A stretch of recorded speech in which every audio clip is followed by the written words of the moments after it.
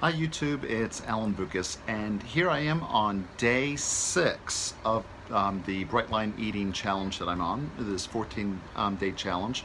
And I wanted to apologize for it taking a little while for me to get day 5 up there.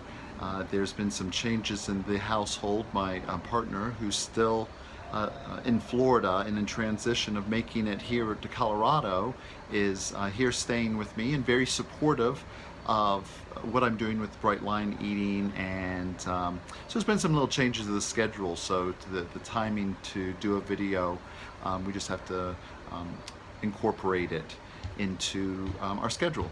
Anyway, I just wanted to share with you, so here we are, things are going great. I am loving it.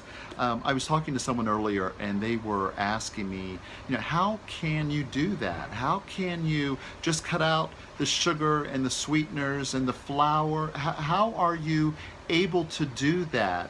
And what Dr. Thompson, what Susan said and talks about in the book, she really explains a lot of the science behind why this program works. Now, when you're in the food, so to speak, when you are using the drugs of sugar and flour, then of course you're going to hanker for more. You're going to want more.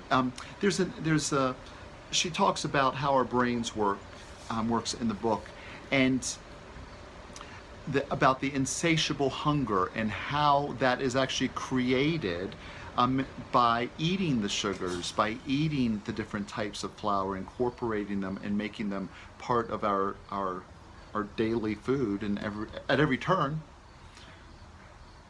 But going back to the point of when you are in the sugar, when you're in that addicted state, in that frenzy, so to speak, you know what? There's too much momentum. You can't stop it. But when you cut it out, cut it off, and you just use your willpower to commit to the bright lines of not eating sugar, no flour, to have 3 meals a day with nothing in between, and to weigh and measure those meals, well, then you're not using willpower to make decisions about what you're eating, because there's already some bright lines in place.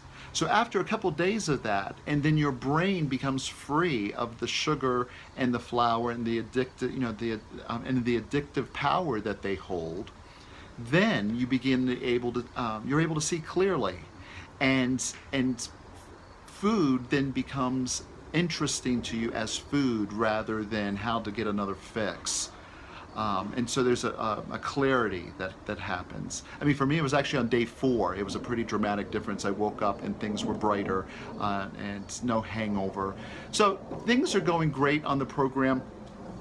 If you haven't read the book, check it out, or at least go to the website, Bright Line Eating, and I hope that you are continuing to take care of yourself. And I'd love to hear from you any comments that you might have about your experience with Bright Line Eating, or what your thoughts are about cutting out the sugar and the flour. Do you think that's a difficult thing? And it is.